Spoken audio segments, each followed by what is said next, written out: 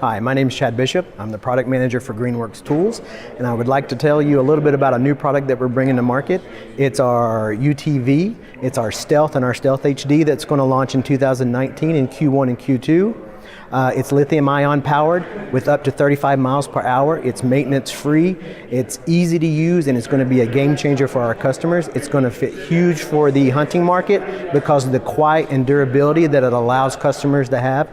Tell you a little bit about our Stealth version.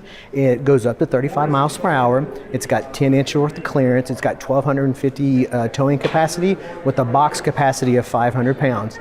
It's charges for 10 to 12 hours during the night, and you're going to get up to 90 miles worth of use every day based on that voltage. It's a 13.8 kilowatt battery that's maintenance free, lithium ion.